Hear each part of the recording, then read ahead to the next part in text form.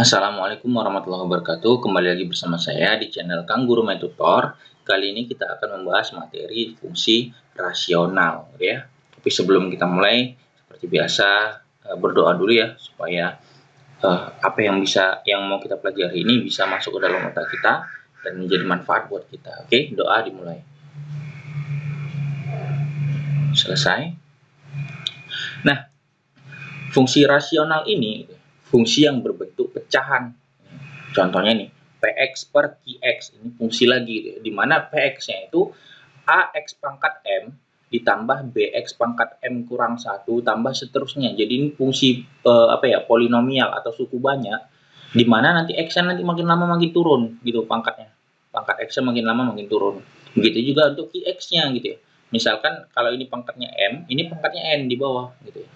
Px pangkat N ditambah Qx pangkat N kurang 1.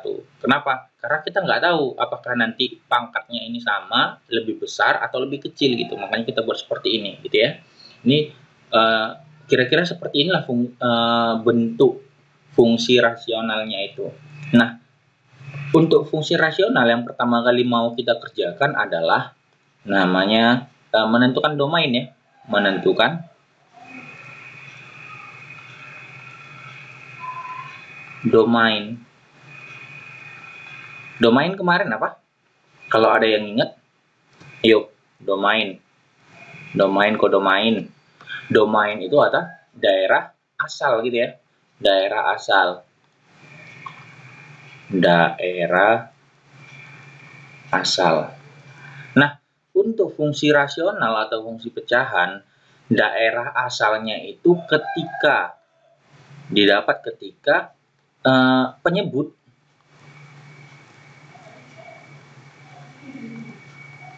tidak sama dengan 0. Nah, penyebutnya tidak boleh sama dengan 0. Contoh. Contohi.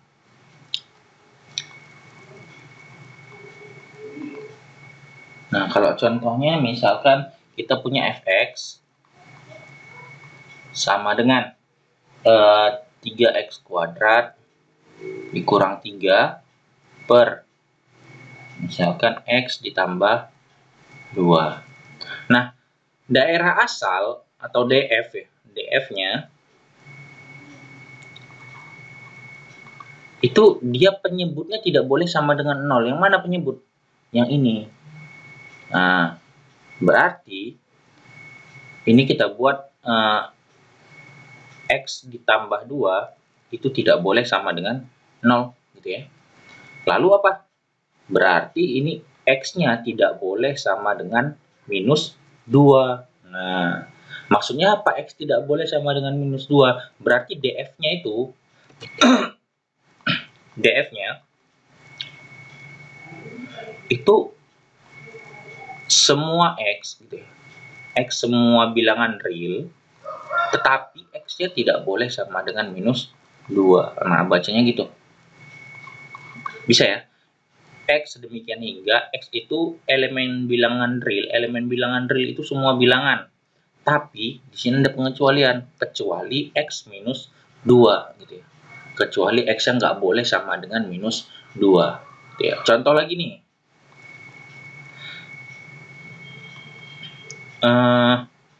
Misalkan kita punya GX sama dengan 1 per X kuadrat dikurang 9. Oke. Maka penyebutnya itu tidak boleh sama dengan 0 gitu ya, DF. X kuadrat dikurang 9 itu tidak boleh sama dengan 0 gitu ya. Nah, ini kalau difaktorkan itu kan X ditambah 3 dikali X dikurang 3 tidak boleh sama dengan 0. Artinya ini X-nya tidak boleh sama dengan minus 3 atau X-nya tidak boleh sama dengan 3. Nah, kalau penulisannya ini gimana? Penulisannya kira-kira gini. DF X demikian hingga gitu. Boleh aja seperti yang tadi,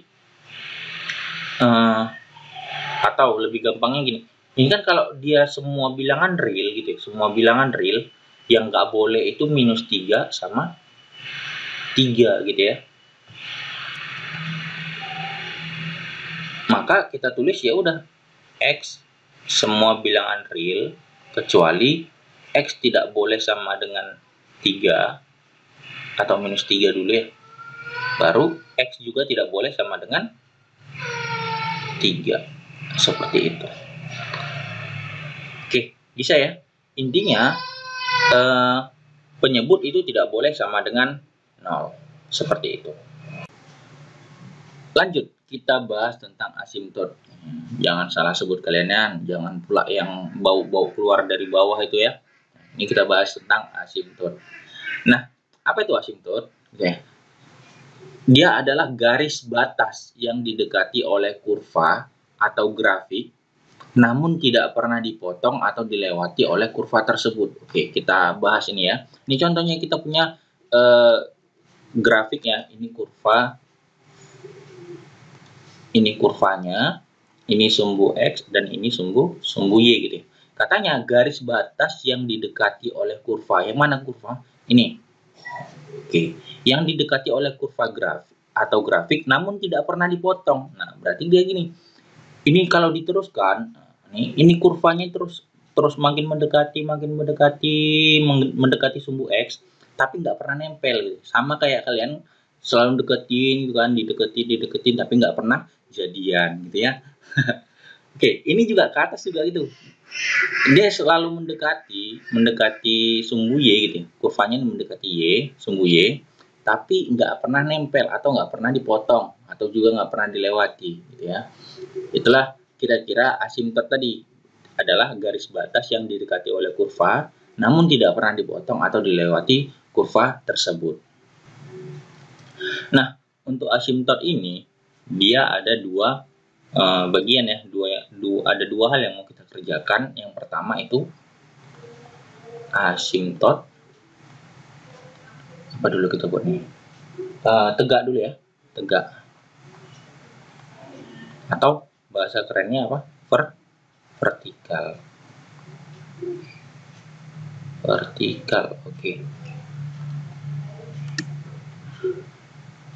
Nah, asimtot tegak ini atau vertikal didapat ketika penyebutnya itu sama dengan 0. Nah, kalau tadi domain itu penyebutnya tidak boleh sama dengan 0. Tapi untuk asimtot tegak atau asimtot vertikal, dia didapat ketika penyebutnya sama dengan 0. Nah, ini berbanding terbalik dari domain tadi gitu ya. Contoh, kita buat contoh he. Nah, itu bebek lagi Korea. Oke, contoh. Misalkan kita punya Y, yang gampang dulu. Y sama dengan 1 per X gitu ya. Nah, ini kurvanya kira-kira ini kurva Y sama dengan 1 per X. Nah, ini asimtot tegaknya, asimtot tegak, katanya apa? Didapat ketika penyebut sama dengan 0. Penyebutnya apa? X, berarti ini X-nya sama dengan 0. Nah, kalau seperti ini, X-nya sama dengan 0, berarti ini sama aja dengan sumbu Y, gitu ya. Itu sama dengan sumbu Y. Oke, nah, kalau misalnya contoh lagi nih. Contoh yang kedua. Misalkan kita punya fx sama dengan X kurang 2 per ini 2X ditambah 5. Oke. Tadi ini kita cari asimtotnya, asimtot tegak. Didapat ketika penyebutnya sama dengan 0. Penyebutnya yang mana? Ini di bawah. 2X tambah 5 berarti 2X ditambah 5 sama dengan 0. Berarti ini 2X sama dengan minus 5. Kalau begitu X-nya berapa? Iya, minus 5 per 2. Nah, berarti asimtotnya didapat ketika garisnya ini adalah garis X sama dengan minus 5/2. Berarti nanti garisnya tegak gini, gitu ya. Itulah asimtot dari fx sama dengan asimtot tegak ya, dari X kurang 2/2X tambah 5. Contoh lagi. Misalkan kita punya fx, jangan fx lagi lah. Nanti kiranya semua fx. Misalkan kita buat hx gitu. Boleh hx, boleh gx, terserah gitu ya. Contohnya nih 4x per x kuadrat dikurang 16. Nah, asimtot tegaknya berarti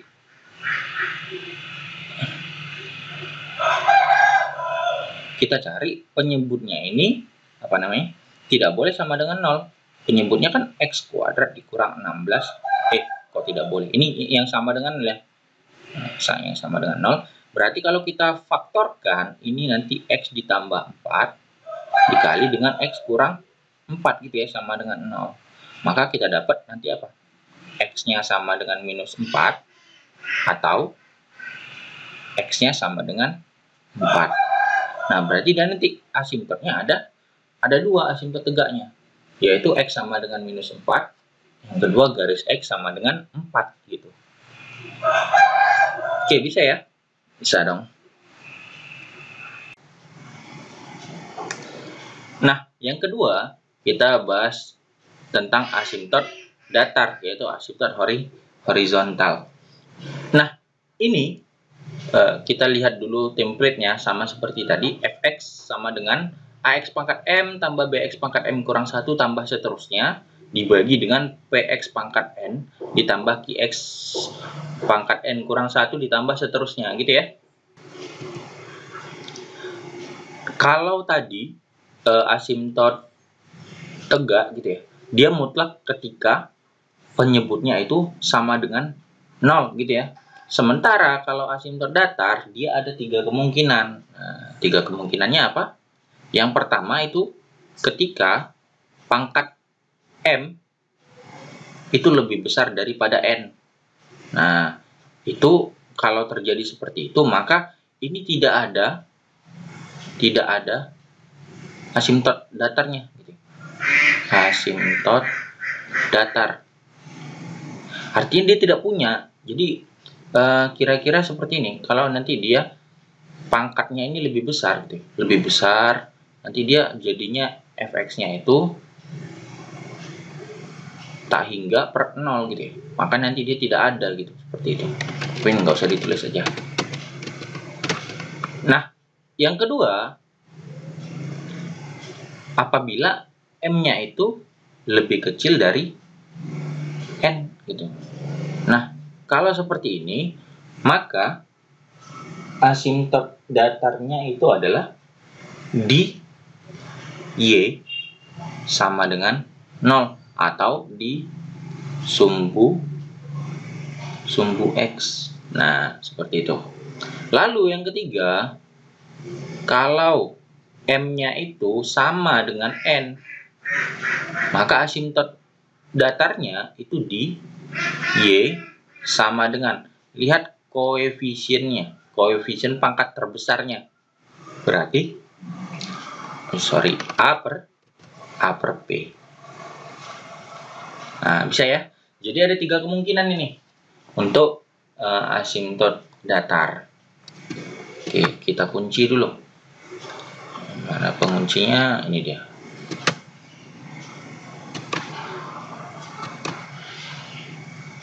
Oke. Kita masuk ke contoh soal. Oke, contoh he.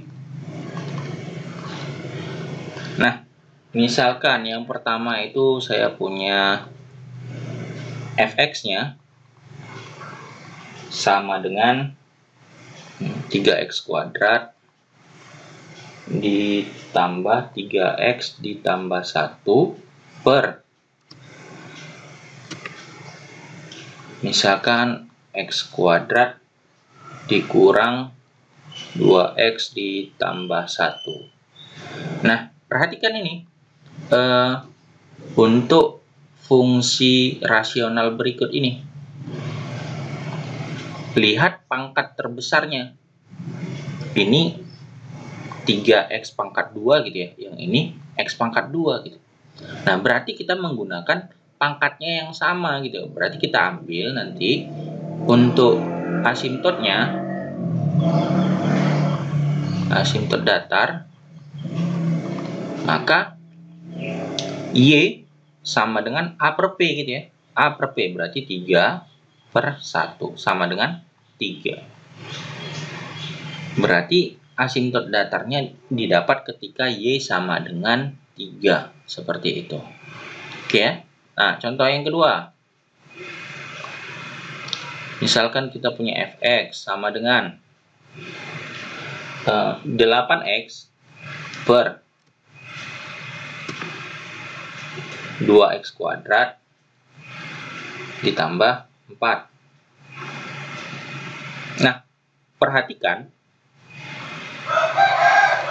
Ini kan suku atau pangkat terbesarnya ini 8x gitu ya.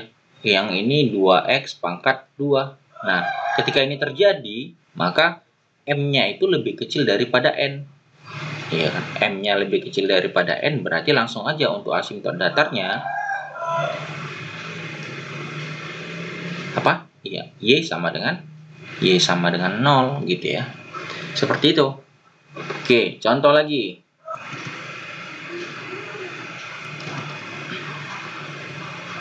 Nomor 3. Misalkan kita punya fx sama dengan x kurang 8 dibagi dengan 2x kurang 4. Nah, perhatikan ini pangkat tertingginya sama ya. Ini x, ini 2x. Berarti untuk asimptotnya, ya kalau sama gimana? Ya, seperti ini ya. Y sama dengan koefisiennya ambil. Koefisiennya ambil, ini koefisiennya kan 1/2. Berarti asimptot datarnya adalah Y sama dengan 1/2. Oke, contoh lagi nih, yang ke berapa nih? Keempat ya. Misalkan kita punya, misalkan GXD, jangan fx lagi. Sama dengan x kuadrat dikurang 7x ditambah 3 misalnya. Dibagi dengan 2x ditambah 6. Oke, maka kita cari asimptot datarnya. Nah, perhatikan ini kan dia kan x pangkat 2 dibagi ini 2x gitu ya. Artinya M-nya itu lebih besar daripada si N. Nah, kalau itu seperti itu gitu, berarti asimptot datarnya itu adalah tidak ada. Tidak ada. Oke, bisa dipahami ya? Berarti ada 3 kemungkinan dia. Yang pertama, Y sama dengan A per P. Baru Y sama dengan 0. Baru yang ketiga adalah tidak ada asimptotnya. Oke? Nah, mungkin itu saja untuk video kita hari ini tentang fungsi rasional, di mana kita tadi membahas domain, menentukan domain, dan juga membahas tentang asimptot. Yaitu ada 2, asimptot tegak dan asimptot datar gitu ya. Untuk asimptot, ini dulu. Untuk domainnya, domain didapat ketika penyebut itu sama dengan, tidak boleh sama dengan 0. Untuk asimptot tegak, malah sebaliknya daripada si domain tadi. Dia penyebutnya harus sama dengan 0. Nah, untuk asimptot datar, dia ada 3 kemungkinan. Ketika pangkat yang di atas lebih besar, maka nanti asimptotnya tidak ada.